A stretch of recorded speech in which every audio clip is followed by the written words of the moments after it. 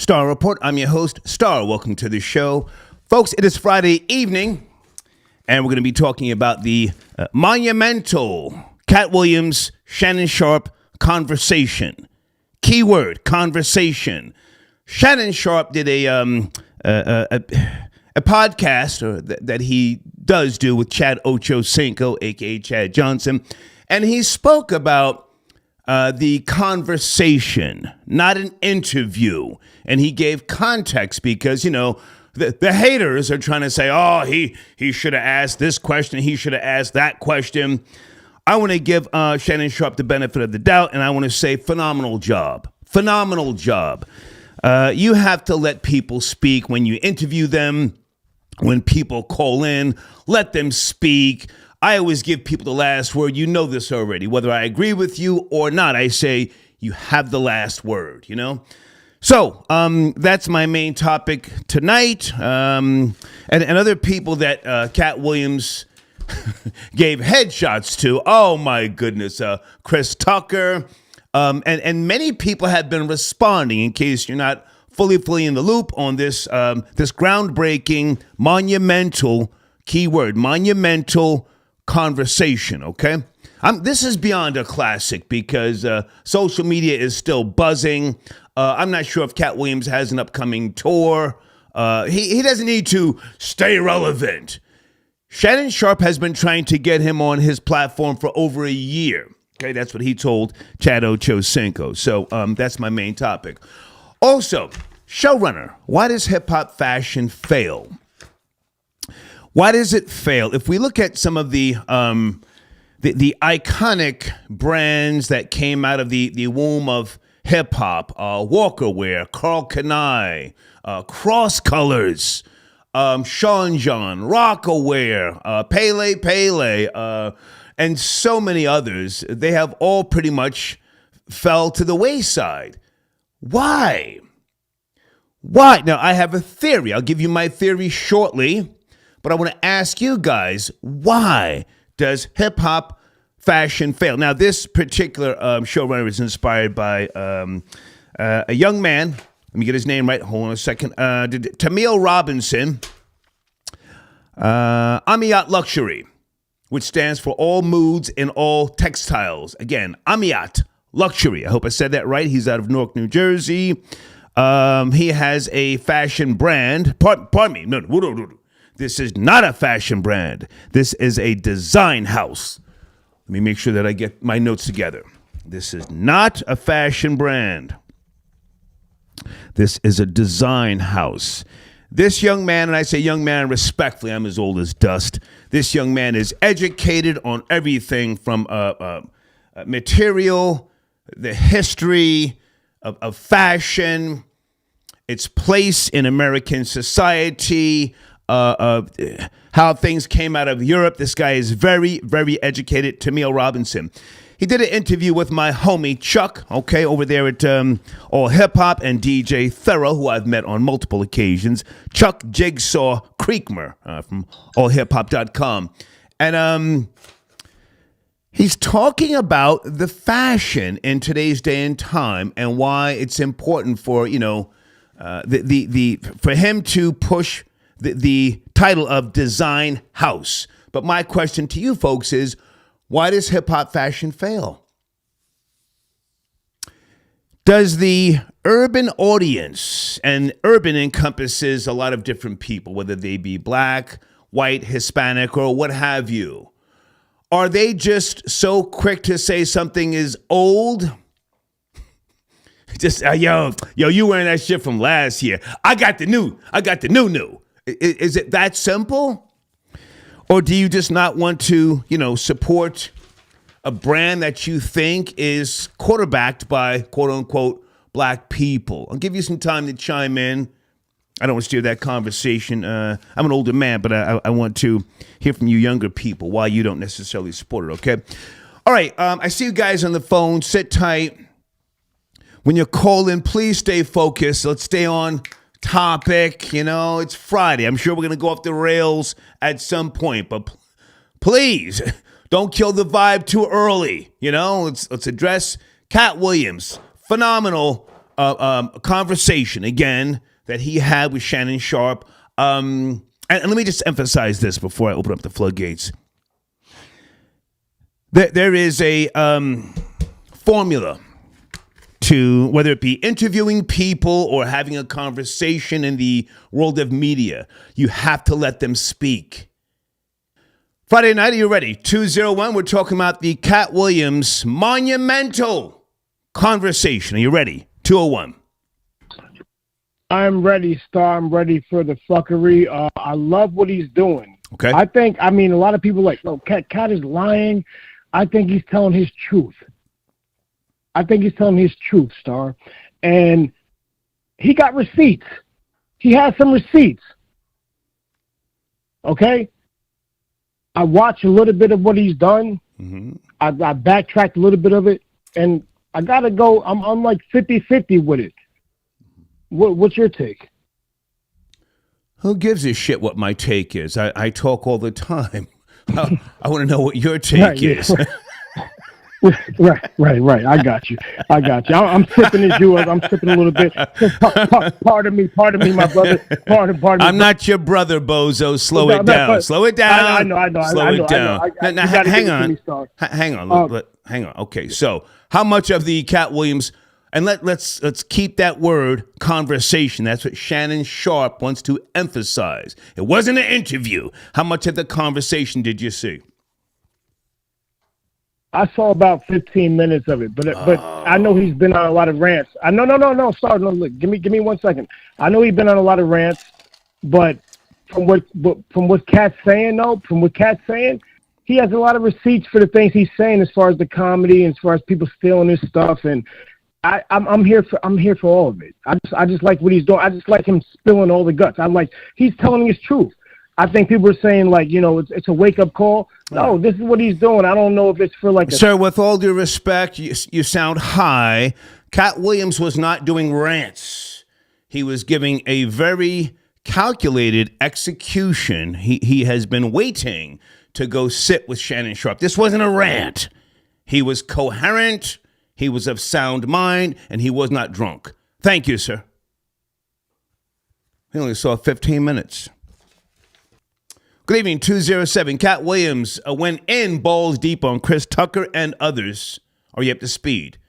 207. How you doing, Star? I believe that Katt Williams hit it absolutely on the nail when he was sitting there saying that all of them.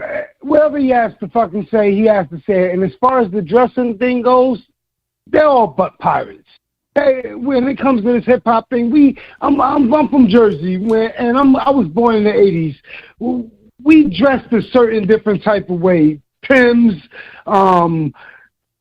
sweatsuits, shit like that. And I just believe everything's felt. And I don't like to call back. I'm a big fan of the show, sir, and I believe that Katt Williams and everything that he said was absolutely correct. Okay, I agree. I appreciate the call, sir. I have no fans, but let me let you go back to what you're doing. It sounds like you have the little razor blade in the mirror. That's what it sounds like. I could be wrong. You are absolutely wrong. Okay, all right. Thank you for tapping in, sir. Thank you. We're good. Okay, thank you. We'll start that fan shit. Everybody knows I always say fuck a fan. Got no goddamn fans. Nobody's got fans in 2024. Nobody had fans in 2023. 2022. The word fan is so old. Anyway, did I mention Ludacris responded to Katt Williams? He spit some bars. That was fire. Luda. Met him one time. Great guy, Ludacris, okay? He cleared up this whole thing about loaning the Migos money. I watched that. I did not see what Katt Williams said about Nick Cannon. If anybody wants to chime in. He gave love to young comedians, DC Fly and others. You see, that's what you have to do when you get older. You have to, extend an olive branch or at least acknowledge the younger people. You can't just constantly, as you get older, want to be the center of attention. I really appreciate that about Katt Williams, acknowledging other, people on the come up, And me, I'm selfish. I'm a capitalist. I'm selfish, right? But I do help. You take notice of that. Katt Williams spoke about Taraji P. Henson. He didn't kick her back in. Here's what I do want to ask anybody who has knowledge of Taraji P. Henson. Does she have a production company? I mean, she's in her 50s. She's like 55, according to my math. And they say 53 on Wikipedia. And I'm not saying that to clown her. But she has an extremely large body of work. She's been active since the mid-90s. Does she have a production company? Does she make films? Does she produce things? Or is she still trying to be, the it girl? Chime in if you must, please, okay? Let me go to area code 718. Good evening. Are you there? Are you ready? 718, we're talking about Katt Williams and the Shannon Sharpe discussion. Friday night. Yes, no, maybe? Got to go. Okay. Folks, I can't wait on you. Please don't kill the vibe. Do not waste our time. I'll just get you out of here. Area code 646. Good evening. Are you there? Friday night. What's up, Star? I'm here. Listen, Katt Williams did an excellent job on that conversation with Shannon Sharpe. Okay. For what it is, for what Shannon Sharpe is, Hall of Fame, tight end, Denver Broncos, great sports analyst right now. Mm-hmm. For what he's doing with that Club Shay Shay, because I watched a few episodes, he's doing a good job as far as trying to interview people, but not really come across as an interview because he is just having a conversation. Mm-hmm. He said it. He's not a journalist. He's nowhere near a journalist. Yeah, he said he's that. He's just having a conversation with these people. He said that. So to have Katt Williams. I'm sorry, go ahead. Okay, so to have Katt Williams on the show and then allow him to continue to speak the way that he spoke, that was exactly what the audience needed, especially for the way that the show was rolled out. I don't want to say it was a great rollout, but when I saw it, I saw that it was like, him doing another episode with Katt Williams. He's constantly doing episodes with celebrities. So this was one that, I'm a big fan of Katt Williams, but do I have the time to sit down and watch? Maybe, maybe not. So then I saw a couple of clips come out, sprinkled through of what he was speaking about. So then that really brought the attention to the conversation or the interview. So once that happened and I really was able to see the episode, it was blockbuster from the beginning. Because what he did was the major clips that I saw in the beginning, it was only like the first 5 minutes of the episode. Yeah. So he had, for 2 hours and 46 minutes, he spoke of nothing. He spoke of so many things, but also really brought it and tied it back to what I was seeing in those initial clips that made me interested into watching the episodes. Yeah, if I can jump in for a second, and for those who don't know, a lot of the people that Katt Williams was talking about had already been guests on the Club Shay Shay platform. Steve Harvey, Cedric the Entertainer, Ricky Smiley. So it's not like Katt Williams just came out of left field and just started, taking random shots. He gave these people time. And did you notice or did you hear that Shannon Sharpe was trying to get Katt Williams for over a year, I think since 2022, to be on the show? Did you catch that?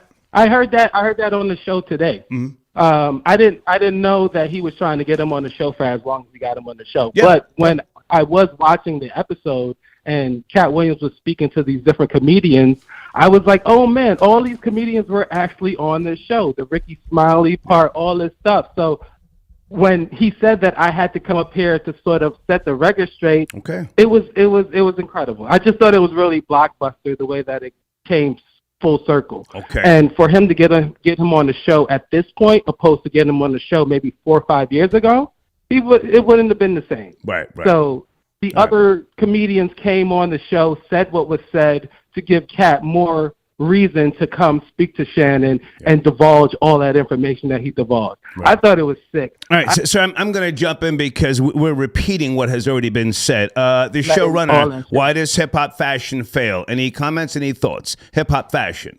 I'm a huge hip-hop fashion head. As far as Rockaware, the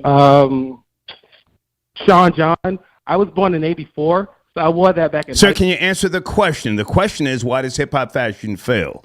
That's the question.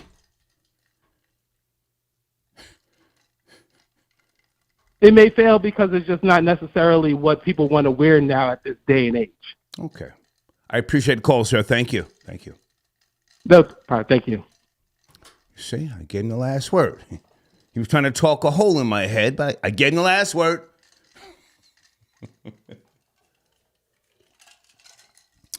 Okay. Showrunner is based upon, in case you didn't catch me say this earlier, Tamil Robinson.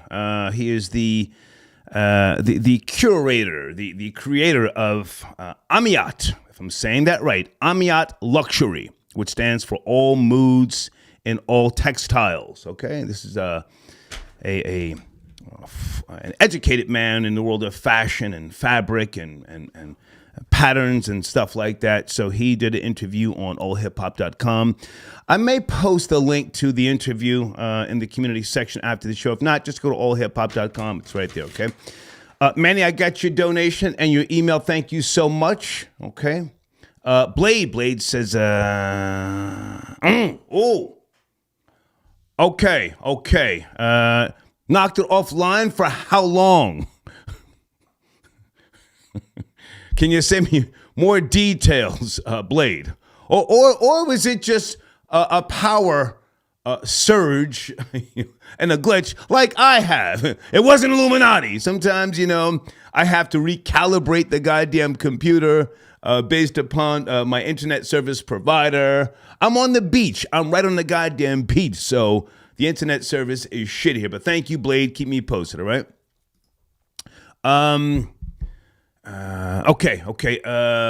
Manny says all the hip hop brands followed an artist. The artist isn't hot with the music, so it's over. Good point. You have folks like Kanye West and Virgil, R.I.P., who definitely added a fashion spin to the streetwear. Now you have folks like, I don't want to say names. They turned up the game. Okay. Whatever happened to, remember apple bottom jeans? Oh, they were popping for a while, right? You might be right, Manny. Maybe it's just, that those brands are lit until the artist, he or she fizzles out, so to speak, right? Shaka got your donation. Okay. Thank you so much. Brian, I got your donation as a business owner on payday. I understand. Okay. Let's go back to the phone lines here. Area code 770. Good evening. Friday night, we're talking about Katt Williams went 10 toes down, took shots at Chris Tucker. Are you up to speed? 770. Yes. I think Katt Williams is a great comedian, but I just really need to know what his end game was, because it was not a conversation. It really was him just level setting or, getting his point of view out there. And really, what was the end game in it? What was he trying to... He didn't say anything that was groundbreaking. Because even if we didn't know these things happened, we kind of had thoughts that the stuff was going on. Okay. So I really want to know what his agenda was to be out there on the show. Did he need one? Does he need one to go on a platform and to respond? Because he said early that he came on to address things, and he saluted Shannon Sharpe. Shannon used the word conversation. I don't know if you saw Shannon Sharpe speaking to Ocho Cinco, I think a day or two after the Katt Williams conversation. Shannon. And I think he did that to protect his brand because he wants to be... hang on, sir. Shannon used the word conversation, and he was just saying, I'm not a journalist. You can say protecting the brand if you will. Go ahead. totally understand he's not a journalist, and I think we all know that. But Katt was on there, and he basically it was just a diatribe. And, you know, he was taking shots at folks, whether right or wrong, but what is the end game? So where do we go from here? So all these people are wide open right now, and where do we go from here? You tell me, and let me ask you again. I don't know. I don't know. It's just because. Hang on. Let me ask you again. So you and I are just having a conversation. I'm not interviewing you. Why does there have to be an end game? Why can't someone just go on a platform and respond and have fun and have drinks? Why does there have to be an end game? Because I don't think that really moves it doesn't move anything forward. We talk about culture and this, that, and another. You talked about Taraji earlier asking if she had a production company. Chances are she doesn't. She's still complaining about monies, which should be something that was taken care of 10 years ago. Because we play in the weeds so much, we don't move the culture forward. So we're actually sitting on there, and it's the biggest interview of the year, and we're taking shots at each other when all this stuff should be taken care of behind closed doors. And we sit back and we go, ooh, ah, wow. But, like, what does it do? Okay. I don't use the word culture. I'm not sure how familiar you are with my platform. And I don't either. But hang on. I'm responding to what you just said, sir. Sir, let me respond to what you said. Sure. Let me respond. I don't use the word culture. Most folks know that. Cultures have guidelines, parameters, a council, right, if you will. This is a genre. So all that moving the culture forward, that sounds hot. I don't believe that the conversation had to do anything in terms of moving things forward. It's just a conversation. I think there it is. I think it's monumental. Sir, if I can finish. It's not even genre. Are you ready to let me finish, sir? Or else I'm going to get you out of here. Go right ahead. Okay. It was a conversation. Shannon Sharpe emphasized it's a conversation. So I don't know if there has to be an end game, but that's your thought, your take. I'll give you the last word. Go ahead and close it out. I'm done. Thank you. Have a great weekend. Thank you. Okay.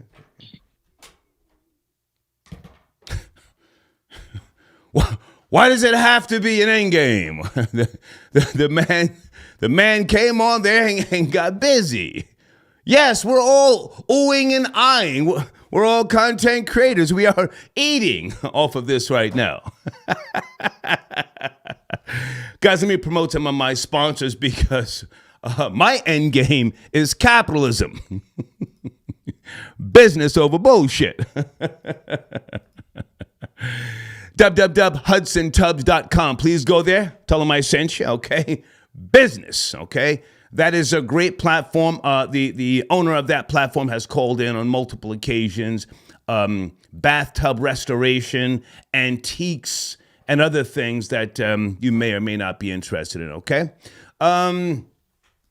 Jay Bandit, where's Jay Bandit? Let me make sure you are not somewhere in a club, Jay Bandit. Okay, I don't see him in the queue.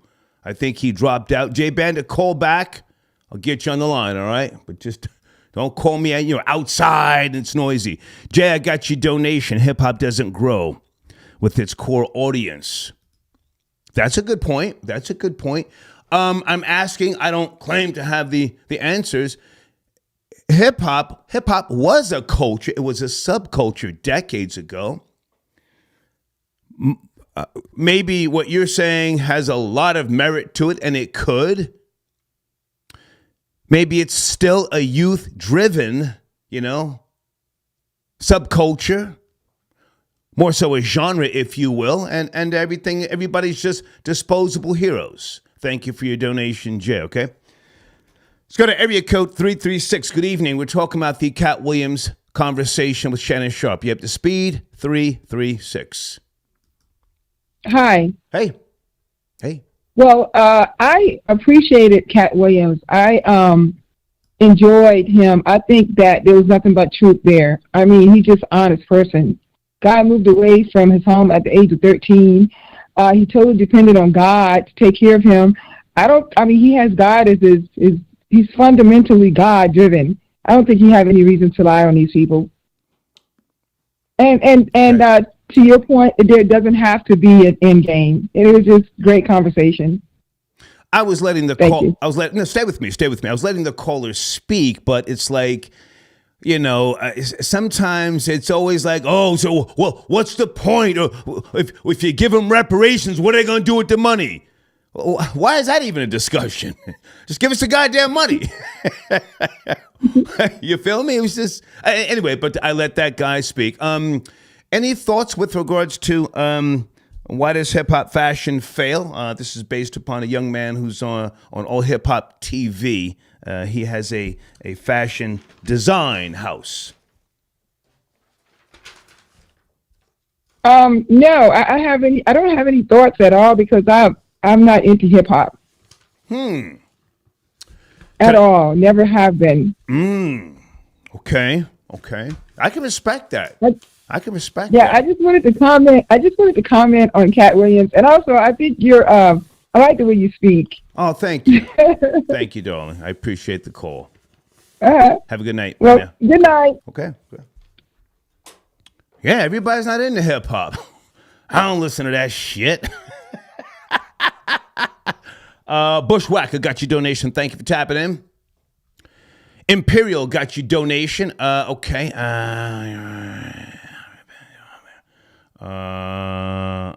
Okay. I'm not sure where you're going, sir, but thank you so much. Okay. I don't know what you're talking about, but thank you for your donation. Is it Terrence got your donation? Niggas ain't buying fashion unless it's in sacks now. Well, why don't you support, black designers, if you will, It's a question. Jell, I got your donation. Did we speak? I think I may have picked up 770. I will go now to area code 614. Good evening. Are you there? We're talking about a few topics. 614. Yo, Star, man. I just wanted to start off saying, man, I love your works. And thank you. For niggas like me, you're an inspiration for getting old. You make getting old look cool as hell, man. Okay. Thank you, man. Thank you. Where do you want to start? No doubt. I'm going to go on the Katt thing, man. And I've been listening to this all night or whatever. And everybody is low-key reiterating the same thing about, he spoke his truth. I mean, that goes without saying. We know he told the truth. He's been saying the same thing for years. Yeah. Him and a few other selected folks been saying the same thing for years. You know what I mean? So I wanna, as you would say, be objective and come with an objective point of view. Okay. He was speaking on, like the gatekeepers, the powers that be, and all that stuff, and how people are being utilized and moved.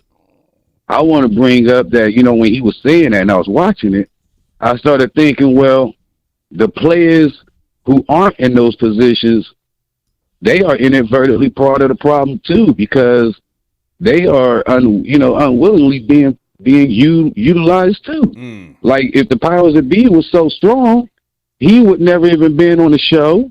They wouldn't have allowed it to get this much coverage as it was. So he served the whole purpose. I feel like as far as all these black celebrities and all this stuff, man, it's the flood of Noah. They washing all these old top niggas out the way, and they bringing up the new roster. Yeah. You know what I mean? Old niggas hating on the young niggas, trying to prevent young niggas from shining. Yeah, because and I think they do that without saying, because they know, just like I just said, that their time is motherfucking up. Yeah. It's time y'all got to make room. We got to harvest and let these new seeds grow, because the show goes on. Just like if Ice Cube's not with the Get Down, if he ain't with the gang, you really think they're gonna allow this man to be making all these black movies and all that shit, and they're not utilizing it? Now these niggas might not be knowing it, but they being utilized and played just like the other ones. The only difference is you niggas just ain't reaping the benefits. But I good point. My hat goes off to them for standing for something and having some integrity. But I just wanted to give I just wanted to give an objective, point of view and add that little spice in there. Because, all right, everybody, we know the nigga told the truth. Because, when stuff like this happens, when shit like this happens, to niggas that pay attention, it's old news already. Like the Jada Pinkett shit and all that, niggas been knew about that shit, man. So you got to pull back on the constant profanity. I let you get a couple off. My bad. Pull back. My bad. Okay. My bad. But that's that as far as the Katt Williams thing. Okay. And as far as the hip hop clothing, to me it's real cut and dry and simple. Black people are free promotion. You know what I mean? We sell everything. Proud walking billboards. But that being walking billboards. So with that being said, and they know that we wear our wealth, we show our wealth, so they just keep moving the goalposts. Right. If every black person in the ghetto was to buy a Tesla would be gone tomorrow, man. It'd be something else. Good point. I thank you for the call, sir. Thank you. Thank you. No doubt, man. Okay. All right. Salute. Okay.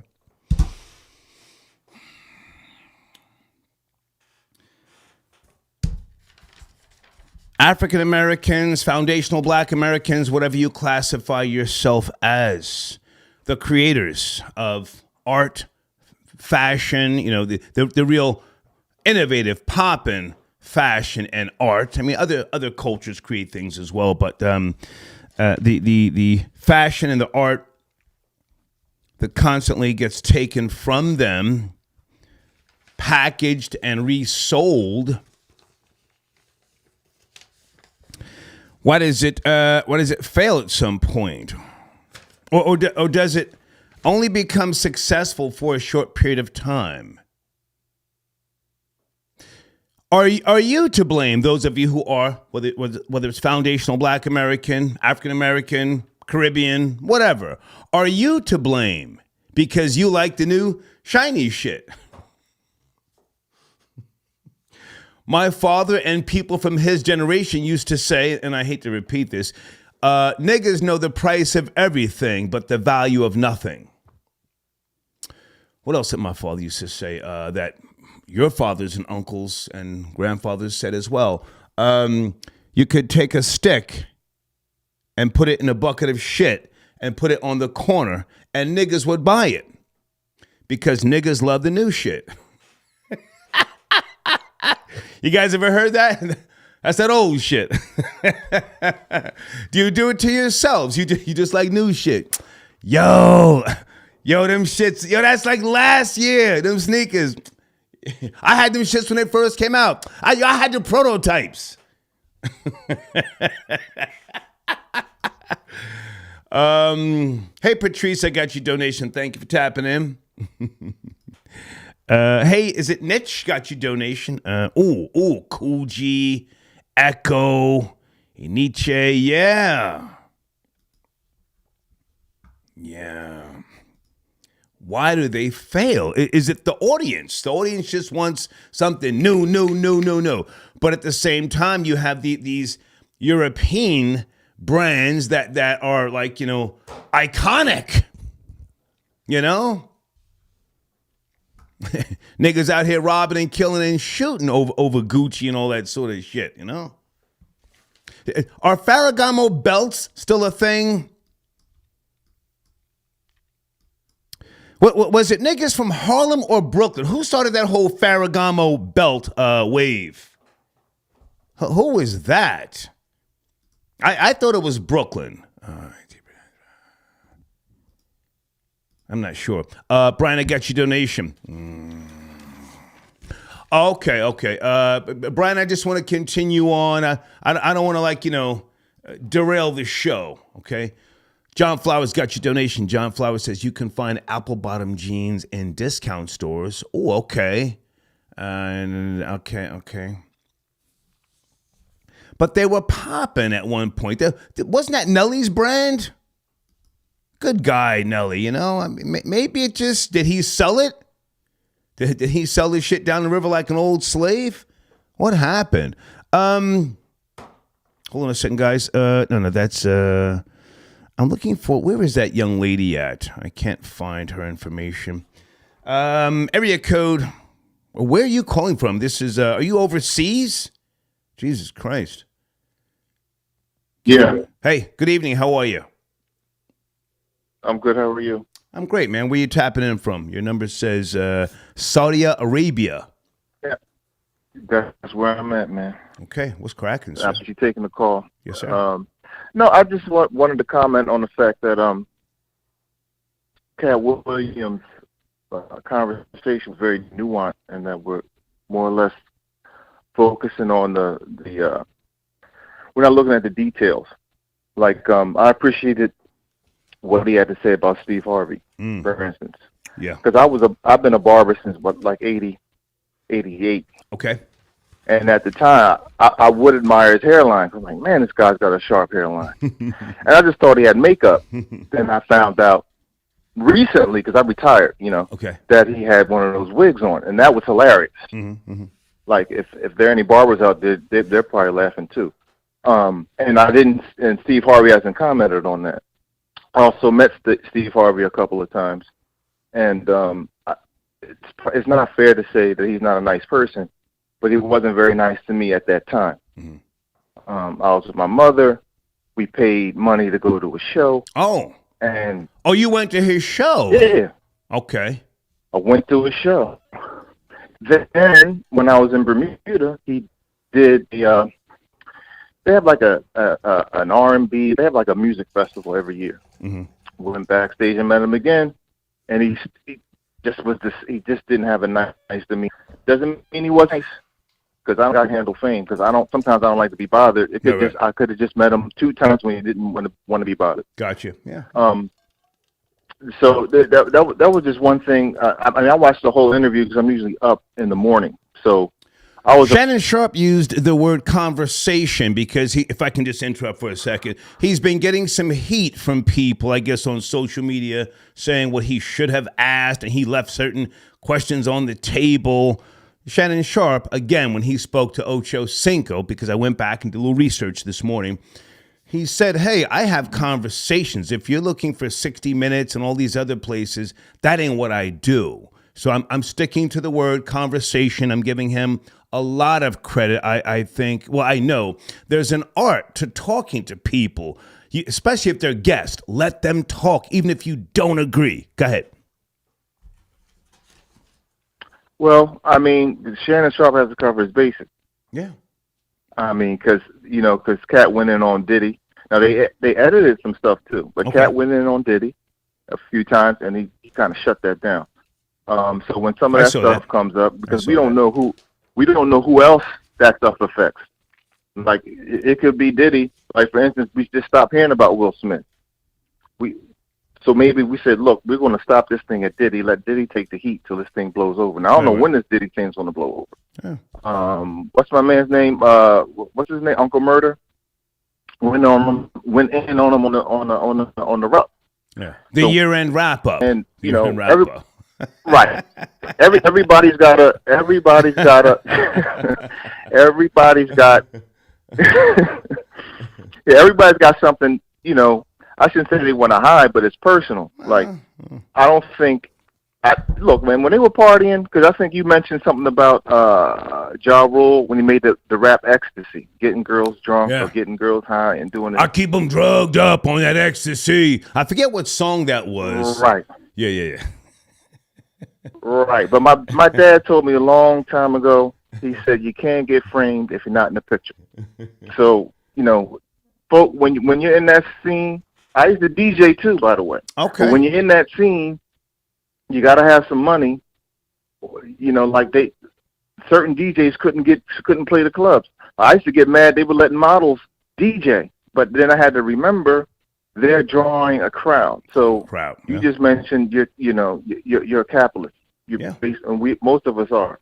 So when it comes down to it, do you want the talented person that can actually DJ, or do you want the model to come in to draw the crowd? Because they want to make some money. Yeah. As long as things are money based, that's another thing that was nuanced about Katt's conversation, is that he's like, look, I'll turn a little down if I don't agree with it. Yeah. Sir, your phone is going in and out now. I appreciate you calling in from Saudi Arabia. Are you retired military?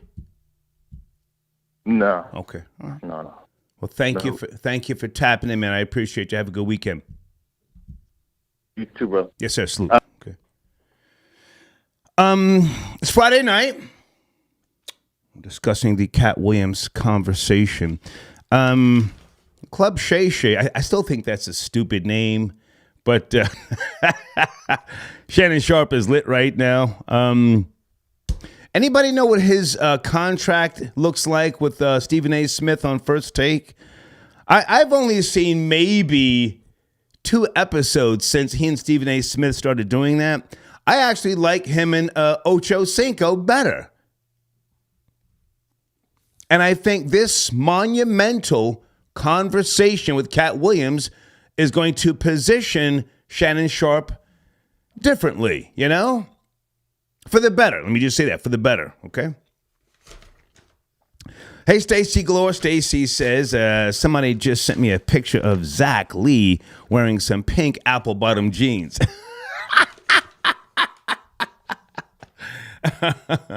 John, I got your donation. Thank you for tapping in. Big Crown, I got your cash up. Thank you, sir. Hey, Tara. Oh, Tara says, niggas only respect the tags. Gel says, we are weak-minded label whores. Okay. Okay, where is Jay Bandit? He says area code 646. Hopefully he's not calling in from some type of crazy club, or I got to get him out of here. Jay Bandit, are you there? Are you ready? Jay Bandit. My nigga. I use the word my nigga. You hear me? I'm good. Jay Bandit, it sounds like shit, man. Come on, dude. Damn, sounds like shit. Yeah. Hey, I'll call from my other phone then, because I'm in a quiet place, so I'll call right back with my 973. Where are you? Where are you, man? Oh, I'm getting to the bag. I'm at work. Okay. Do me a favor. Don't ever call me when you're at work. Ever. We've had this discussion before. You're a sponsor, but I can't do that to the audience. All right? All right. Thank you, man. Thank you. Troll babies. That's Jay the Bandit. What is he? What doesn't he understand? Good guy, but goddamn, man. Hold on a second. Okay. Rising new school brand apparel. Okay, Mike, you want to call and give us some insight with regards to the showrunner. And let me just say again, with regards to this young man who I didn't get a chance to watch the entire interview on All Hip Hop YouTube channel. Tamil Robinson, the visionary behind Amiat. I hope I'm saying that right. Amiat Luxury, which stands for all moods and all textiles. Okay.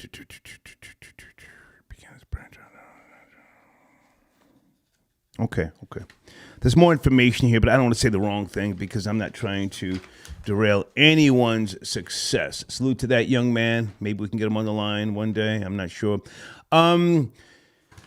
Alicia, I don't care about Jeffrey Epstein's the papers, the video. I don't care. You know, I've got a couple of emails. People are tagging me. It's not that I'm scared to talk about it. I just don't care about who was freaking off with minors. I'm outspoken. I'm confident, conceited, convinced, aggressive, yes, but I never watched the R. Kelly tape. I know that's hard to believe for some people. I don't want to talk about Jeffrey Epstein. The only thing I heard that Michael Jackson was not involved in anything. I said, you know what? Okay, as long as Michael Jackson is involved, I don't give a goddamn about Bill Clinton, Stephen Hawking. I don't care. Sheesh. The commissioner, I got your donation. The Chinese are bigger labor whores than blacks. I agree with that. You know, there's something you just reminded me of. Hold on a second. The Chinese. Now, I forget a lot of things. My brain is fried. I'm 59. But the Chinese and the Mexicans. Anybody want to call in and tell me why the Chinese and the Mexicans, why do they have such harmony in terms of working together? I went to a Chinese restaurant about a month or so ago down here in South Jersey. And I saw I guess he appeared to be Mexican preparing the food. And the shit was banging. It was better than the Chinese. But my question, or I don't know if there's a point to this, the harmony of these two cultures, ethnicities working together. And anybody in that live chat know what I'm talking about? Chinese and Mexicans. The check-in report, I got your donation. Thank you so much. Hip-hop clothing brands and streetwear brands often make fad fashion, okay? Most of these pieces are not timeless, okay? Something to wear at any stage in life. Okay, good point. Troll Father, got your donation. I see they brought you back out, half nigga. Thought you was gone till Monday. I can't get over the fact that a 6'5", 290-pound nigga want to be called Shay Shay. Yeah, I think that's a stupid name, Club Shay Shay. Yeah, but I was relaxing today. I was working on my classic Bonneville today, and I looked at the cash app and I said, "Oh, wait a minute, whoa! I got a couple of hundreds in there. Let me go to work." Yeah, they brought me back out. Thank you for your donation. Hustle, got your donation part. Star, have you seen Cameron telling people he is not African American and refer to him as a black American? No, I'm not the speed, but that's my guy, man. Killer. And salute to him and Mace. Killers, that's my guy to the point where I pulled back off of giving Mace that work, you know. But thank you for your donation, all right? Let's go to area code 910. Hey, it's Friday. We're talking about a few topics, mainly Katt Williams taking shots at people, but he did a great conversation with Shannon Sharpe. You there? Are you ready? I'm here, brother. What's good, man? How you doing? Yes, sir. It was cracking. Hey, now, I'm RNS Brand Apparel out there on the Cash App side of the game, man. Okay. How can we help you, sir? Yeah, man. I seen you up here a couple times and stuff. I just got home. I just seen the thing up here, the little topic, and I'm ready to chime in. I'll hit you on the Katt Williams stuff, but about the hip-hop stuff, man, I've been a fan of hip-hop fashion since as long as I can remember, you know what I'm saying, all the way through high school. Been through all the trends and everything. I remember back in the Vibe days, the Source magazine, XXL days. Right. And when I was living in North Carolina, man, you know, this is before the internet's mad popping. Mm-hmm. When you want to find out what's going on, you know, how to get the fashion fresh for school, we was up in the magazines trying to figure out shit. You know what I'm saying? Yeah. And then after you saw it in the magazine, you had to hope you found that shit at the mall. Mm-hmm. Okay? Now, hang on a second. You have an apparel brand. I got your donation. Can you tell us about your brand, please, and how long have you had it going? Okay, I started it during the pandemic. Okay. It's called RNS Brand Apparel, stands for Rising New School. Okay. The key idea behind it was, man, during the pandemic, I saw black people doing so much shit that was making me proud, man. Okay. You know, different people I follow, the social movements, and I felt kind of put out that I wasn't really out there doing my thing. And it was like, really, everybody has a way they can be effective, man. So you can't be out here doing some other shit. You got to find out where you effective. Sir, can I ask you to watch the profanity, please? Please. I'm sorry, my bad. I'm not familiar with the platform. I'll try to, refrain from that. Go ahead. But, my whole thing was really just, trying to put something out where I felt I was celebrating my people and the things I was proud of us in our history and our culture. So I took RNS, which means real nigga, so it's like, I didn't want it to mean that. I seen how Migos was taking YRN and made it Young Rich Nation when they say Young Rich on their albums. Got you. So I try to take this very common phrase and elevate it by making it rising new school. You know, I'm very inspired by stuff like Wu-Tang and how they took like Asian and Kung Fu culture and mixed it up with the hip hop, because there's a lot of things that kind of coincide there. So that was a huge inspiration behind the brand, and I just really tried to make something that was an answer to all the things. Okay, sir, I'm not doing an infomercial. Can you tell us, are you making any? I'm sorry, brother. Are you making? Are you making things other than T-shirts? Respectfully, what are you making with your? No, man. Right now, I'm starting out slow, brother. So right now it's just the T-shirts. All right, sir, you call me brother again. I got to get you out of here. Please stop. Please. My bad, man. My bad. Yeah. You know, but it's just a very slow start for me, man. You know, it's been said. How slow, sir? Are you making things other than T-shirts? Respectfully. Right now, like I said, it's T-shirts, hoodies, and really a slow roll right now. You know, like my thing I've been seeing is that when people try to do too much and they can't really do it, it comes out bad. And like the one brother was saying, you put out bad pieces. You know, so I think you really should focus on. When are you gonna graduate to shoes? When are you gonna graduate to shoes, shawls, and belts? When are you gonna graduate? Well, right now I'm focused on things that I feel that apply to the community, because what got me inspired with T-shirts and snapbacks. T-shirts, come on, keep it real. Snapbacks, right, you know. Well, I feel like this.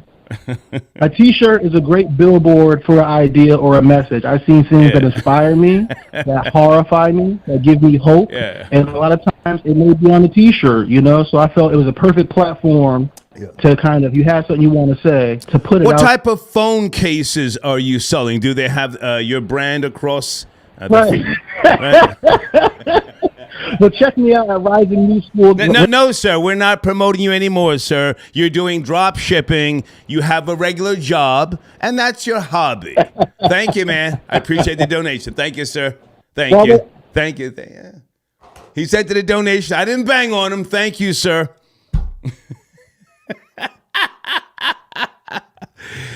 Guys, on the screen, youtube.com/@SaintUnoATO. All right, so if you want to call in, give us a call, all right? Area code 775. Good evening. We're talking about the Katt Williams monumental conversation with Shannon Sharpe. Are you up to speed? Are you there?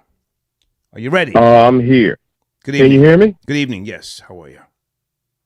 Good evening. Can you hear me? I can hear you, sir. I can hear you. Okay. I'm a regular guy.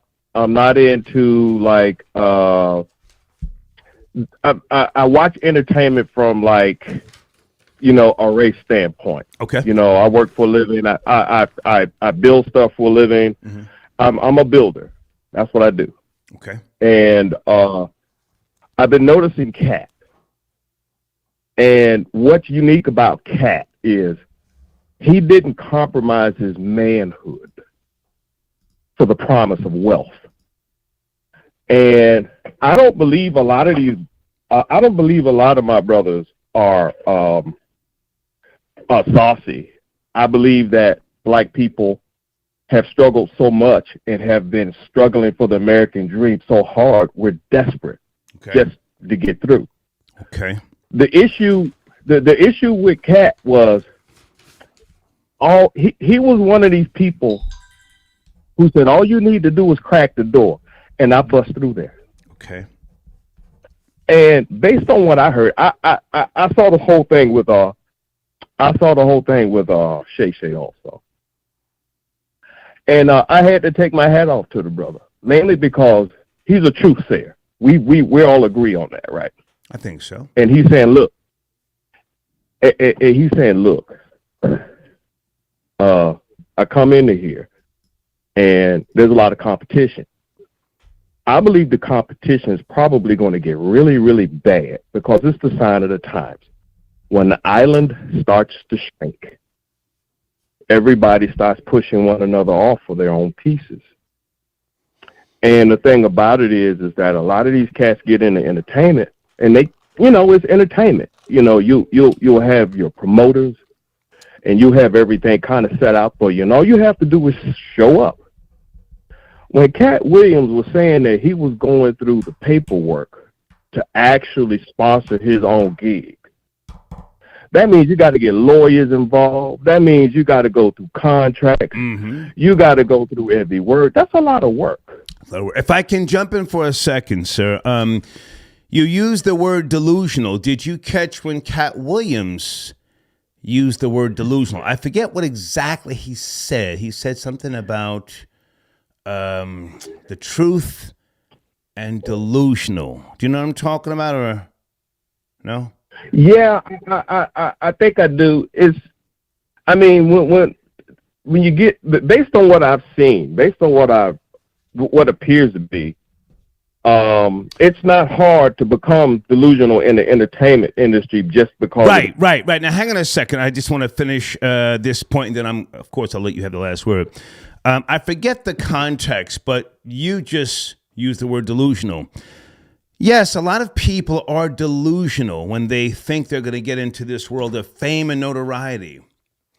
Sadly, the urban audience, if you will, whether they be black, brown, whatever, they use terminologies like, yo, he fell off, yo, she washed. They're so quick and dismissive of each other, when in reality, myself having been in the entertainment field for decades, I can tell you that most people, whether they be artists, and any type of entertainers, singers, they get tired of the bullshit, and they don't want to be a part of the demonic behavior of the masses who are trying to get into the field. Does that make sense?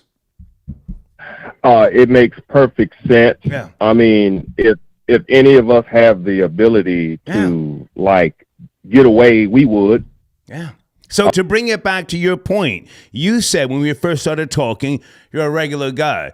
I respect that. Everybody doesn't want to be at a fucking industry event or a party where you walk in on somebody on all fours doing some crazy demonic sexual shit. Everybody doesn't want to be involved. Go ahead, finish up. Sir, I'm here to tell you that there are people who don't mind doing it the hard way. They don't mind going through hell and back and taking the long route. Mm-hmm. And there are too many of us.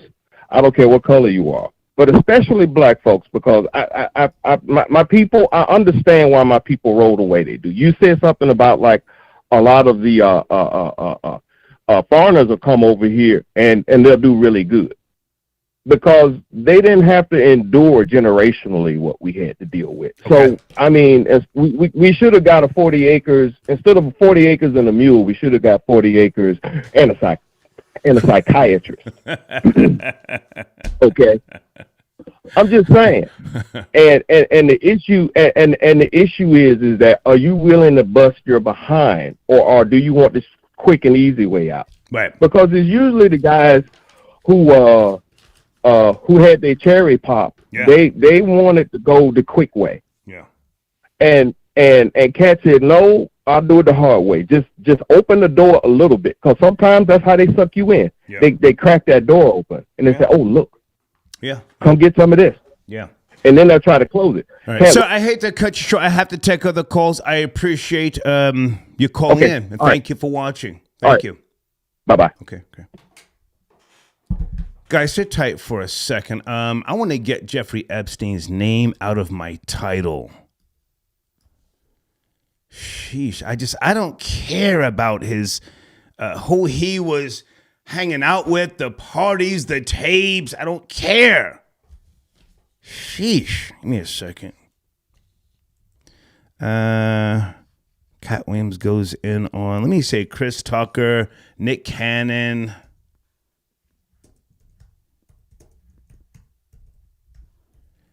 Who else did Chris Tucker go in on, guys? Who else did Katt Williams go in on? Katt Williams goes in. Chris Tucker, Nick Cannon.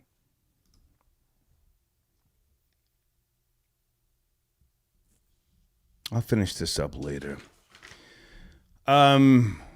Sam, I Analyze. Sam, are you out there? Do you want to call in and promote your platform? And any other sponsor, tonight is a great night.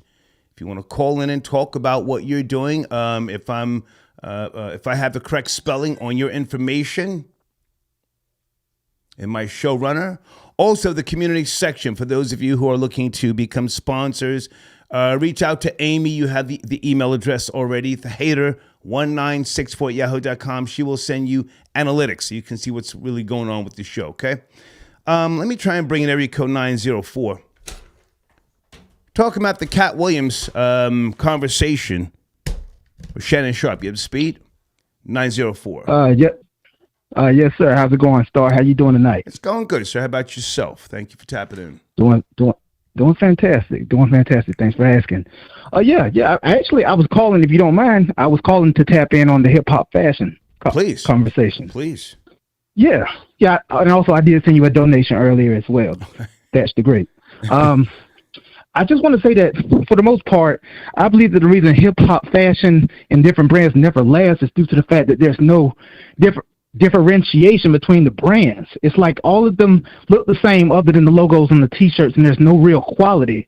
And one thing that I've also noticed is the fact that us as black people, for the most part, we can really devalue brands that have been long-standing brands of prestige for long periods of time, such as, I think I heard somebody mention Coogee earlier. Right. If you remember back in the 90s, that was like a huge high-quality brand. Yeah, Coogee sweaters. Something that cost a lot of money. Yeah. And then as we moved into the 2000s, so many black people were rushing to buy it that it completely devalued the brand. And next thing you know, you're seeing it at TJ Maxx. Right. And also, even if we look at current day fashion star like Amiri, you got all these black people rushing to support brands like Amiri, and then so many people are rushing to buy it that it's completely devaluing the brand. Even though Amiri, if you look at the way those clothes look, it's just basic t-shirts and jeans. It's nothing special. But the thing is, we have a microwave mentality when it comes to clothing. Okay. Once we hear it in a hip-hop song, we all go rush to buy it. Then it gets oversaturated. Next thing you know, the brand isn't worth anything anymore. And then we're on to the next. Stay with me for a second. I'm trying, because I've never really been a big fashion person to really get into all of that stuff. I mean, over the years, I've done deals, promotion, and so on and so forth. But can we blame some of the bigger houses for destroying some of the black brands by doing partnership deals and intentionally flooding the market with the product, the apparel, to the point where it burns out, and they know that it's not going to have any real long-term value. It's going to have a short shelf life. Can we blame some of the bigger companies? I mean, because if you look at the history of corporations and greed in America, the intention most certainly has been to buy something simply to destroy it. Please. That's a very good point you made there, Star, and that's actually what happened with Rockaware, if I'm correct. It was really a burgeoning brand in the early 2000s, and then I want to say, now correct me if I'm wrong, but I want to say they sold it right around the time that Jay and Dame started having some issues. They sold it to a parent company, and it appears that the entire intention was to just run it straight into the ground, because we didn't really see much of it after that point. And I think there is a lot of validity in what you said there. Sometimes these huge brands and huge houses of fashion do buy these street fashion and hip-hop brands just so they can put an end to them, bring them to a demise, so that they will no longer have that competitor in the market. Yeah. I know you remember way back in the 90s, Star, that's probably when street fashion was at its absolute height, right? You had Miyoshi, you had Aniche, you had the Money Dada, you had Nappy, you had Pele Pele, all these brands competing. And then by the time 2000 got here, they were pretty much obsolete. I don't know. Sir, if I can jump in for a second, I will give you the last word.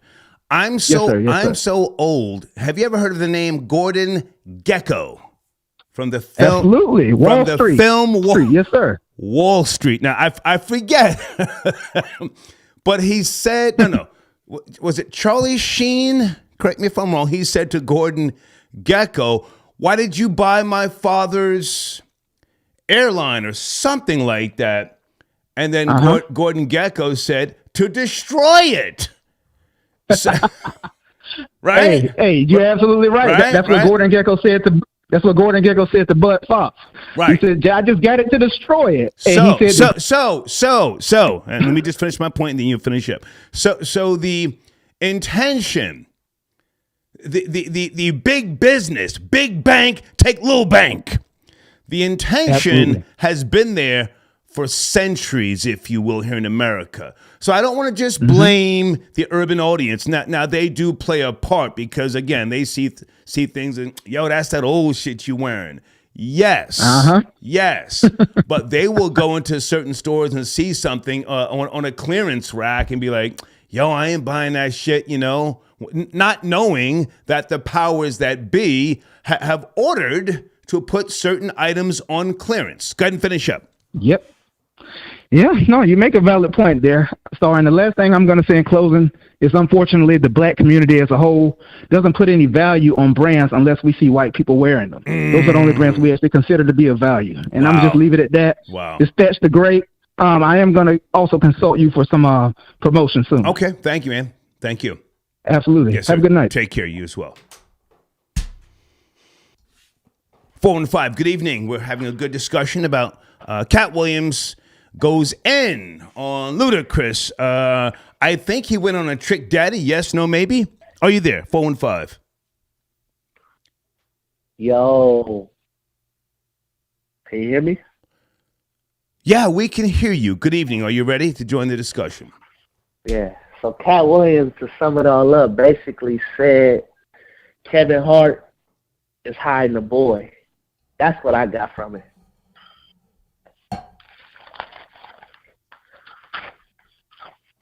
He's corny. Let's get him out of here.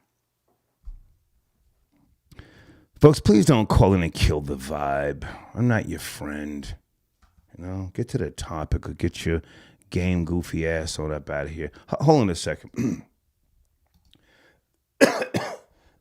Star Report, trending topics. Don't call me to catch up. Don't call me to talk about something other than the topic. I'm not interested. Area code 646. Good evening. Are you up to speed on the topics? Sir? Good evening. Good evening. That's how you doing, sir? I'm good, man. How about yourself? I'm good. I'm calling in regards about the fashion. Yeah, hip hop. Hip hop fashion. Why does it fail? It fails because I believe black people don't put value into clothes. Like when you look at when Tyler the Creator, he invested to Golf Wayne. His fan base is not black people, so people tend to go that route. When you look at black people, when they look at the black people as far as investment in them, I don't think it goes well. I hear you, but I don't want to be the guy to just kick in the backs of black people. There are other powers. No. Yeah, I'm not doing that. There are other powers, big powers, and I know this for a fact because I've been a reader all my life, that their intention is to never let you succeed. They will bait and feed you, and they will make it so that you run your company into the ground. They won't give you a loan to help you get out of debt. They will not give you distribution. So do you really think that it's just black people? Now, again, I threw that out there to see if anybody agreed with that, but I'm not necessarily saying that's the definitive answer. Go ahead. I believe it's a double-edged sword. Okay. I think that when black people, let's just not, we are hip hop culture and that's predominantly black. So I'm just saying as far as when I disagree. Clothing. I disagree. So we go on the route as far as like Latinos and things of that nature. All right, so let me just take it to this route. When people make their clothes, they doing it for the check. But when you look at the Katt Williams and Shannon Sharpe situation, you say he ain't selling store. A lot of people, when they get the money, they don't know how to react, and they sell their product. If they hold on to it, maybe it lasts longer. But a lot of people, they do everything they do for the check. Mm-hmm. Okay, stay with me. Stay with me. I'm going to give you the last word, as you know. Again, hip hop started out as a subculture. It became a genre very, very fast. The most profitable genre in the history of modern music. I worked at record labels for a decade. I've studied all the research. I'm telling you what I know. Hip hop clothing and other things is not made for inner city kids, for the bigger companies. Their intention is to make it for the average 15-year-old in the Midwest or some Caucasian kid, because Caucasians are actually the biggest consumers of hip hop or rap music, streaming, clothing, and other things. What do you think about that? You're absolutely right. But when they don't just say I'm right. Don't agree with me. Let's have the conversation. Don't just say I'm right. What are your thoughts on that? What are your thoughts on that? My thoughts is when they make, yes, they do make the clothes for the kids in this way. But when you come to the other designers, as far as Mary and Gucci and things like that, when you put a price tag that an average person can't afford, that's when we gravitated to it more. Once you give things to people that they can actually get their grasp on and get their hands on, I feel like they don't really want it as much. Just like how when they did the Payless and they switched all the prices for the Payless shoes and made them very expensive, and people thought there was something they wasn't. It's all an illusion to me personally when it comes to fashion. Okay. Stay with me. Stay with me. Can we go beyond fashion, and then we'll come back, and again, I'll give you the last word. Okay, no problem. Rap music. Again, not to go too far back, but when I was a East Coast retail promoter for WEA, Warner Electra Atlantic, it was my job to call radio reporting stores, billboard reporting stores, one-stops, and mom-and-pop stores from Maine down to fucking Florida.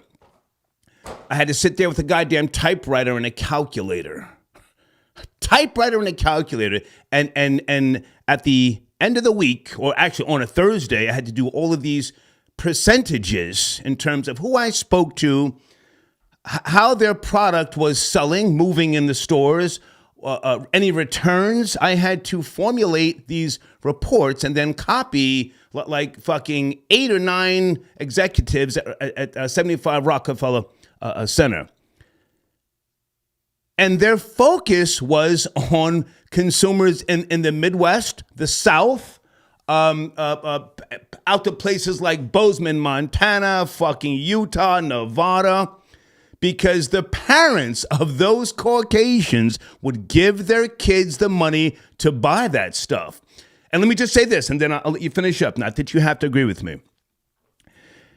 Public Enemy was able to sustain and become the powerful, impactful, historic rap group because of white people. Same with Wu-Tang Clan.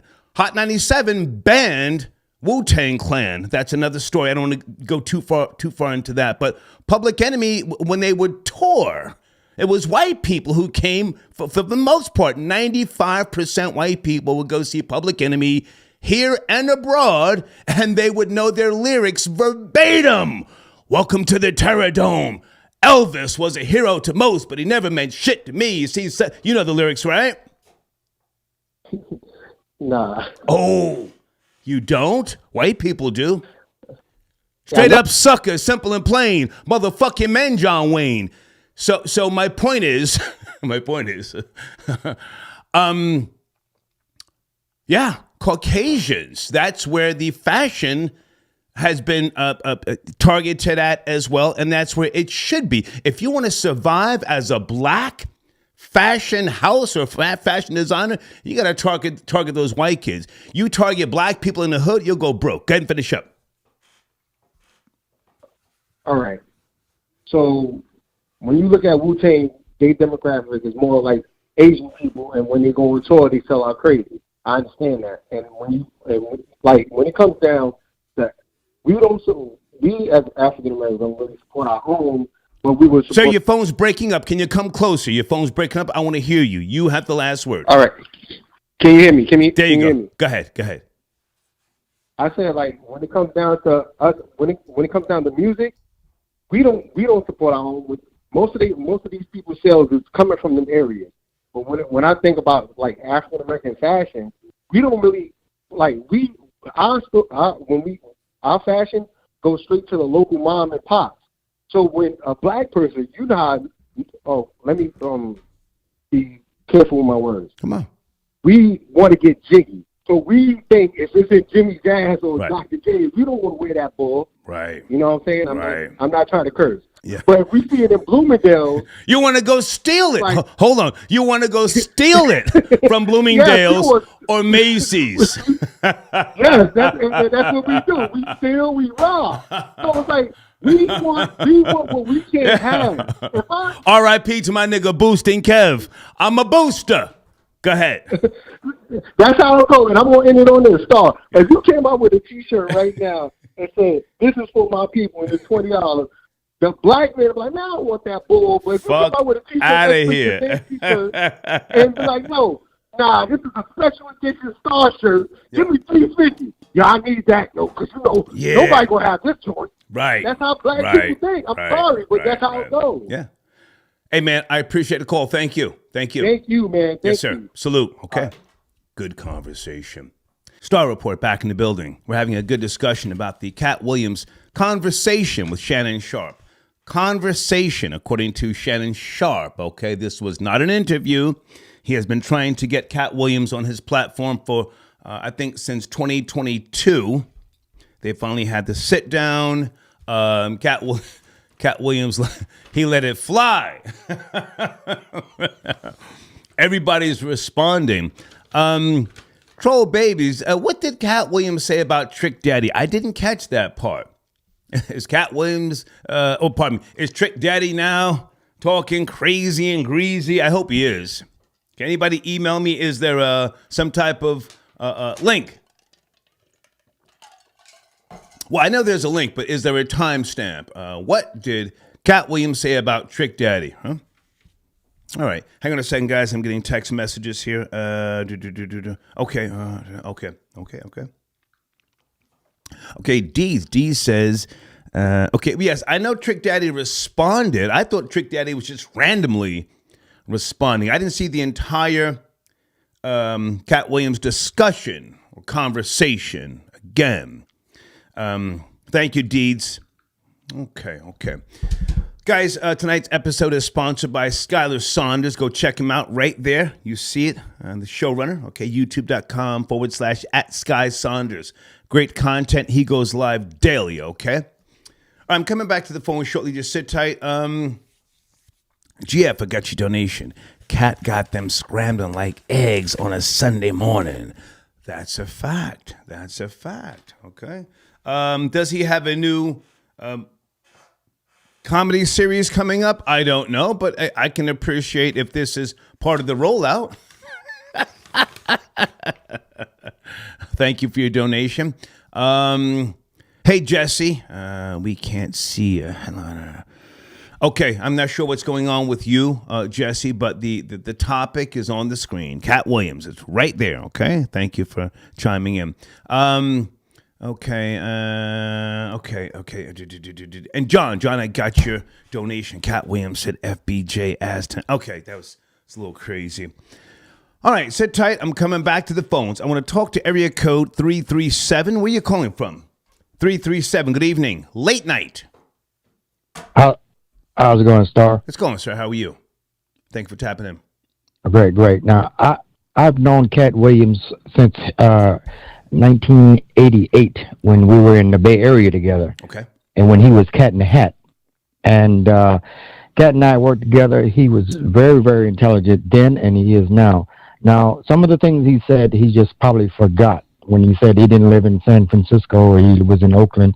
He did live in San Francisco because I picked him up for some shows. Okay. He put together a show with myself and Stacy Lattisaw, Howard Hewitt, the Tony, Wow. and Reby Jackson, Michael Jackson's oldest sister. He did all the work. He put it all together, and we were paid. He didn't get paid because he lost money, but he made sure everybody was paid. Okay. Since then, we did a competition together, a national competition in Los Angeles. It was, I won't say the name, it was a liquor sponsorship, a comedy competition nationally. I won the regional South. There was five other comics, including Katt. Okay. Katt came in second. I came in third. But he should have won, obviously. I mean, he was so funny. I didn't do well, but then we saw each other again when we did Comic View together. But Katt has never strayed away from being honest and out front with people, you know what I mean? And he never had this Napoleon complex, you know. He was sensitive at times when people would say about the little guy, he's only like 5'6", 7", or whatever. But he was such a guy that was always willing to work with you on material. He would tell you to maybe this joke might not work, and I'm one that have done jokes like Michael Collier. We did jokes. Sir, can I ask, who are you, sir? I didn't catch your name. Who are you, sir? I'm Tony Royster. I'm the Spicy Creole, and Katt knows me, so the T is there, so I don't need clout. I'm 60, almost 69 years old. Okay. So I'm from the old school, you know what I mean? Yeah. So we work together. Can I interrupt for a second, sir? You said you did a show with Stacy Lattisaw? Lattisaw. It was not a comedy show. It was a comedy concert. Yeah. And I saw her live, sir. Hold on. You talking to an old nigga. I don't remember. Yeah, okay. I think, did she open up for the Jacksons? I saw.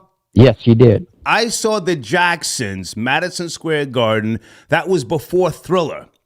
That was on the Triumph tour. Yes. That was after Yes. Off the Wall. And I think Stacy Lattisaw came out first. Come on and jump to the beat. Come on and dance with me, right? Yes. Yes, indeed. Yes, indeed. Her bass player was a motherfucker. He played a Fender Jazz with the rosewood neck, and she got busy. She did another song, Love on a Two-Way Street, which was a remake of the Moments, yes? Sure was. Yeah. And the reason why they brought Reby Jackson, Reby had Centipede. Sir, never mind Reby. We talking about Stacy Lattisaw. Hold on a sec. So I'm sipping. Okay. Jump to the beat. Come on and dance with me. Where was she from? Maryland? Yeah, where was she from? The DMV? Can you? She was from the East. She was from the East Coast. I don't know. I'm from the South, so I was lived in the Bay Area. Yep. Go ahead. No, sorry. And then the Jacksons came out and shut it down. Sure did. 1980, Madison Square Garden. Yeah. Everybody was screaming everybody was screaming like 10-year-old girls, include me. Michael! Yeah. I'm sorry, sir. You were saying, come on, you took me back. Come on. Yeah. In the Bay Area, years ago when Mark Curry was the bomb, he was the man, he was the king of the Bay Area as far as comedy. And he was the type of guy who would also work together with other comics. Then Robin Harris, and he was the host of the Comedy Act Theater in L.A., and they came up for the Bay Area Black Comedy Competition. The old school comics should remember this. Chris Tucker was in it. So was Katt Williams. So was Mark Curry. Mark Curry won it one year, the first year. D.L. Hewley won it. And so these guys, my thing is, as an old school comic, I never thought that I would see comics beefing like that. You know what I mean? If you're a man, you've got something to say to me, you come to me one-on-one, we make it work. You know what I mean? But now it's all over the air. You know what I mean? So salute to Steve Harvey, sir. He took Mark Curry's whole shit and flipped it like a flapjack on Sunday morning. Took his jokes and everything. Fuck that nigga. He did. Well, I never did like Steve Harvey. Steve Harvey was the type of guy. Sir, don't hate the player, hate the game. Took the nigga's whole shit, flipped it into a multi-million-dollar empire. What you gonna do, nigga? I took your jokes. And what you gonna do? Yeah, he's right about that. Huh?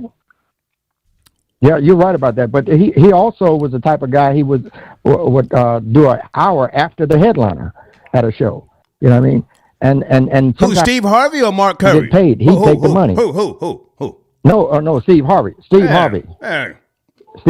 Yeah, yeah. And he would, I took your jokes and now I'm doing an after show. What you gonna do, nigga? What you gonna do, Bay Area nigga? Exactly. Huh? That was him all the way. You know, he was the worst of the worst, man. You know. So sounds like a boss to me, sir. Twice. Hang on. Yeah, Sir, slow down. Sounds like a boss to me. Yeah, Right. I took your jokes, nigga. Now I'm hosting Family Feud. What you gonna do, nigga? You're right. What you gonna do about it? That's how it happened, really. Yeah. Egos, brother, egos. You know what I mean? So no, sir. Let me speak. I'm gonna give you the last word. Okay. You're how old? How old are you? I'll be 69 in April. Okay. You've been in them streets for real, right? For real? Yes, I have. Okay. You've seen niggas come through in Eldorados. These babies don't know what an Eldorado is. You see niggas come through with Eldorados and the fucking chrome grill, right? 8-track stereo. Yes, I have. Pull up on the block and they see the little drug dealer nigga, slap him, take his work, and say, get off the block. Get off the block, right? Exactly. Now, either you pull out a pistol and shoot him or you get off the block. That's what Steve Harvey, it sounds like to me, I could be wrong. That's what he did to Mark Curry. Give me your jokes. Now, what you gonna do? Where's Steve Harvey from? Hold on a second. All these shots at old man Harvey. Old man Harvey is beating the Breakfast Club like slaves in the ratings. Do you know that? Yes. But Tom Joyner had it before him. You no, know? sir. Tom Joyner ain't seen no ratings like Steve Harvey. Slow that shit down. No, he has not, sir. I don't know, bro. I do, sir. I do. I know Nielsen ratings. Slow down. Steve Harvey. Born 1957. I've been in radio as well, where's Harvey from? Okay, that's a nigga from West Virginia. Punked out a Bay Area nigga. Punked him out. Nigga from Virginia. Now go ahead and finish up. Okay, my last thing is I hope these guys can really come together, because as comics, we try to get some type of camaraderie and write together and be together. Even the writing part. These guys, you can't say he didn't have writers. He does have writers. Don't get me wrong. He does. You know, there's no way you can write that much stuff like that, you know, and he's intelligent, but he does have writers. So I say 80% of what he said was right. But all right, sir, listen, I'm sipping. I'm not here to promote black unity. Thank you for your call. Thank you. I let him speak. Hold on a second, because, you know, just all this trying to kick in Steve Harvey's back, you know, even though Steve Harvey and I had an issue, a little speed bump, you know, years ago, I don't need nothing from the nigga, you know. Don't hate the player, hate the game. Area code 216. Good evening. Are you there? Friday night. We're talking about Katt Williams. Good evening, big nigga. Yes, sir. How are you? Good evening, big nigga. Cracking, man. I'm all right. I want to talk about the Katt Williams. Please. I really want to give a salute to Shannon, because yes, I pretty much everybody know what Katt about. They know he unfiltered pretty much. He gonna say what he gonna say. Yeah. But the way Shannon conducted that conversation, I want to call it a masterclass, because not only did he let him just go on, he knew when to dip in with little questions here and there. He had little rebuttal for certain things, as far as like saying he was cool with some people. But even he laughed at some of the shit Katt was saying, like when Katt said he was gonna hit Cedric in the stomach. You know, he got Shannon with that. It was so masterful. Shannon even knew when to stop and like, man, let me have another drink to that one. Like, shit, this too much. It was kind of like, And what I really want to talk about, what I really like what Shannon did, I like the post conversation that he took to Club Shay Shay. Because if I can jump in for a second, he already said that this was a conversation, not an interview. He's not a journalist. He said if you're looking for 60 minutes, this ain't the place where you come. So yes, it was a masterclass by, I don't want to say by accident, but by default. No, he kept a straight face for the most part, and that's what I appreciate and respect about how he pulled this off. Again, there is an art to letting people talk. So yes, I agree with you. Shannon Sharpe deserves a lot of credit. Continue. And what he did when he was talking to Ocho, how he basically set it up for the numbers to run up for not only that episode, but for episodes from the past. Yeah. Because what he did, he played clips from Katt Williams from the episode, and then he played the rebuttal clips from Sid and Luda and everybody. So then he even mentioned like all the people we had on the past comedians. He even mentioned the numbers. And so basically what he did, he just set himself up for it to be like, okay, if somebody never saw those interviews, they're going to go back and watch them, and then the views just going to stack up and stack up. He getting this shit down pat. Right. You know what I'm saying? You can just tell he getting this shit down pat. And what was so cool about it, on this episode, he even plugged Ocho Cinco's cigar line. And when he plugged the cigar line, they crashed the website and bought them all out. Nice. So nice. So he just lined all the ducks up in a row, and he knocked them down, man. He knocked them down. Yeah. And he set up, and this the first interview of 2024 for him. So he started off with a bang. So we'll see what he do, but that was a masterclass for sure. Hey man, but I'm starting to really feel Shannon Sharpe and Ocho Cinco, pause, better than Shannon Sharpe and Stephen A. Smith. Might they do something on a sports network? Not that they have to, because we are lit on the internet, but I think they have a better chemistry than Shannon Sharpe and Stephen A. Smith. What say you? Oh no, that's a fact. But you know what? I think what they're going to do, I don't think it'll be on a major network on TV or something. I think they'll keep it like YouTube or another kind of platform because, and it's best to do it that way because, I mean, I don't know if you really listen to a lot of the Nightcap. Man, they talk about hitting broads and, man, they talk about everything. So I'm very well aware of it. Hang on a second if I can just jump. Yeah. I'm well aware of it, and I myself am a proud content creators. So, I mean, again, I wasn't saying they have to go to a network to validate what they're doing. I just, I don't know how long the contract is with ESPN and First Take. I just, I respect what Stephen A. Smith does, but I don't watch him and Shannon Sharpe. I have to be honest with you. Go ahead. But you know what? I'll probably watch since he's been on ESPN, I maybe watch like 4 episodes, and it really don't. I don't think it's the same dynamic with him and Skip because him and Skip disagreed on a lot of shit. Him and Stephen A. they agree a lot. So it's kind of like shit. We ain't really getting no banter. But Shannon, he's setting himself up because he got Shay Shay Media too. So I hate that name. Shay Shay. I know. I hate it too. Club Shay Shay. Football shit that he has, especially for a nigga that's damn 6'2", 300. Big muscle bound nigga talking about Shay Shay showing all 35 teeth. Oh my God. You know what I'm saying? But he bought Gilbert in. He even bought Gilbert Arenas in. You know what I'm saying? And hang on a second, stay with me. I need to be educated. Now he's lit on YouTube, right? Gilbert Arenas? He's lit right now. For sure. Okay. For sure, yeah. Okay. Now, isn't he the one that brought a gun into the locker room? Yeah. And then when he got suspended, when he came back from suspension, the nigga was on the court. He was celebrating a bucket, and he did the shooting at Swaggy P and shit. And Swaggy P fell like he was shooting and shit. So Gilbert don't give it down. Right. Like, he don't give it down. Yeah. Right.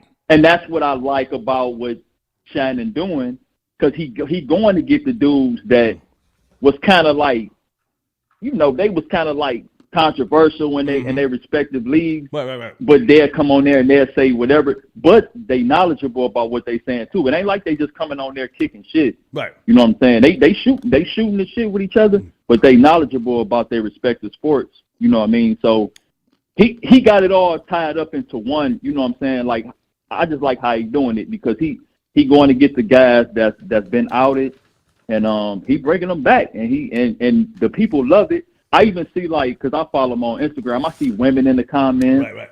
And you know, so he getting the all around crowd, like. Nice.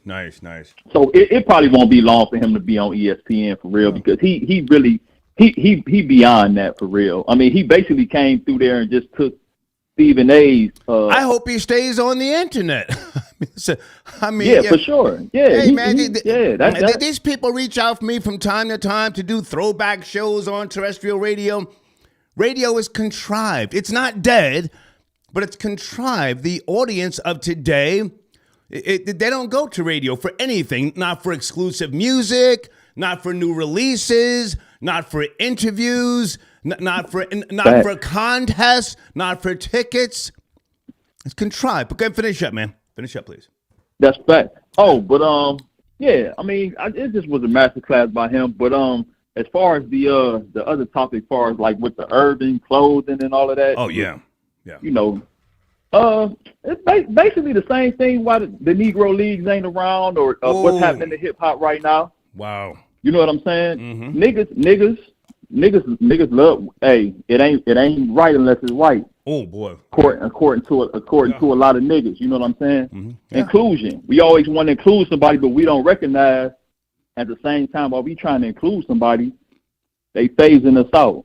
It's this shit basically like integration. Yeah. In a nutshell, shit. I appreciate the call, man. Thank you. But, thank you. For sure. Yes, sir. All right. Great call.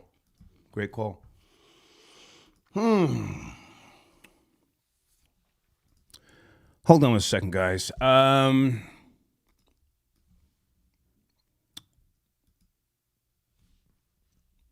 want to make sure that I have everything lined up here.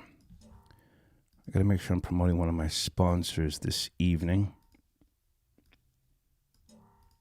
They didn't get a chance to call in, but it's okay. It's okay. Guys, if you're looking to be a sponsor on the show, reach out via email, and we will send you analytics, okay?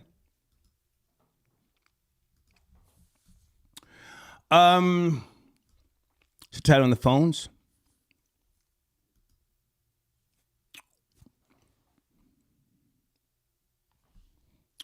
Okay. I can't look at videos right now, but thank you. Some of you sent me something about Ricky Smiley walks off camera.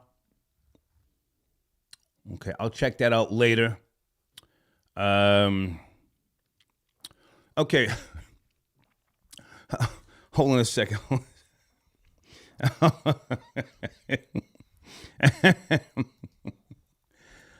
Hi, good evening. Is this area code 973? Hello? Hi, good evening. Area code 973. Hi, Star. Hey, who's this? How are you? I'm great. My name is Kiana. Kiana. Listen, Kiana, with all due respect, we don't do $2 donations, okay? I'm trying to be nice, but no, I'm allergic to broke people, okay? I know you said that before, and this is my first time ever donating. Good night. Yeah. Thank you. Good night. You see that? I know you said it before, but I just wanted to say this. No. Please don't call back if you don't have less, if you have less than $5. I'm allergic to broke people. Respectfully. The fuck? I'm sending a $2 donation. You think you're gonna talk to Big Nigga Star? Okay, you guys are keeping me up to speed with so Trick Daddy was just trying to speak up for Ricky Smiley. Yeah, because I didn't see Katt Williams go at Trick Daddy. I didn't see that. Troll Babies, did he go at Trick Daddy? I didn't see that. Unless I missed. I mean, I didn't watch the entire conversation.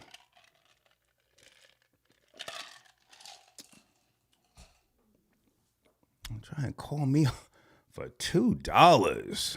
You don't get from around me.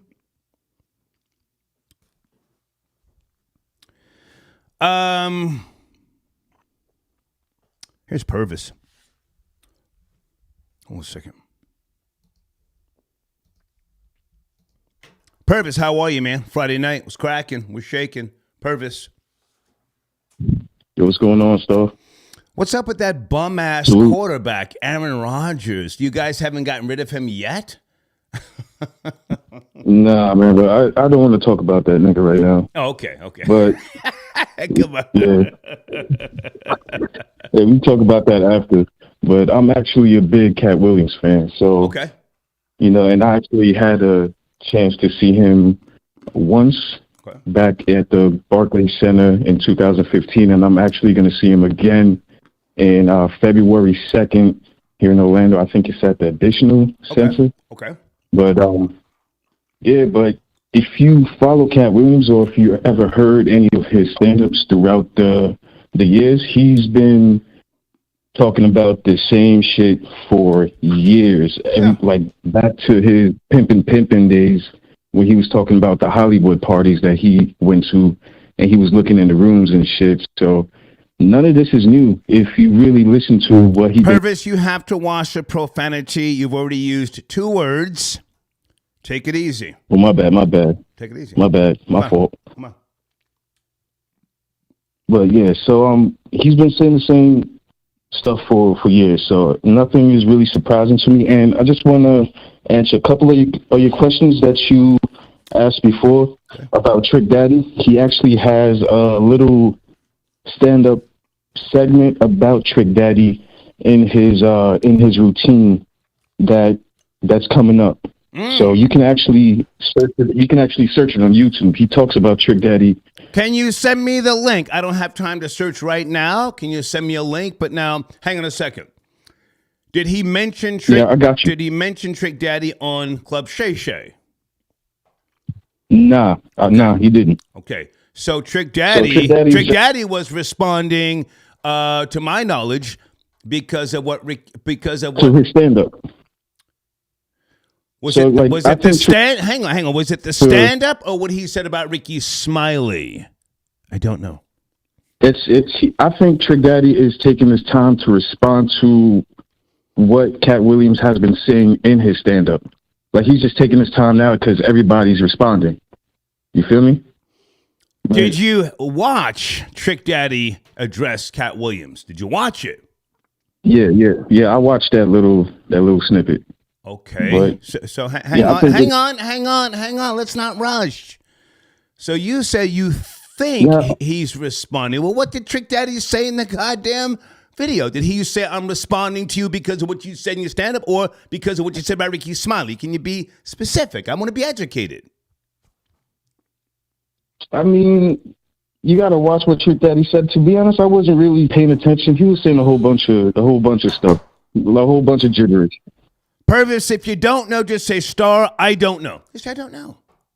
I didn't pay attention. No, I watched it.